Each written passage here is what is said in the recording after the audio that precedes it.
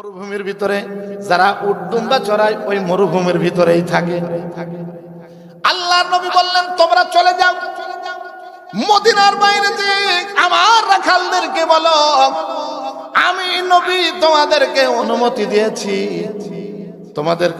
দিয়েছি তাদের সাথে থাকার জন্য। তাদেরকে বলে তোমরা আমার রাখালদের সাথে থাকবে আর তোমরা রাখালি করবা। কি করবা?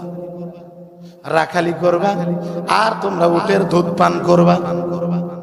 ইয়া রাসূলুল্লাহ, পেটের পীড়ায় আক্রান্ত হয়েছি, আর কি করব? নবীজি বললেন আর তোমাদেরকে আমি নবী সাজেস্ট করলাম চিকিৎসা হিসাবে তোমরা উটের পেশাব পান করবা।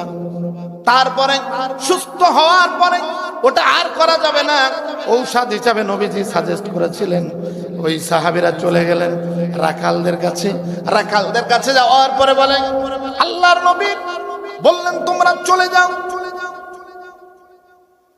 আমার রাখালদের সাথে থাকো, রাখালি করবা, উটের দুধ পান করবা, চিকিৎসা হিসাবে উটের পেশাব পান করবা।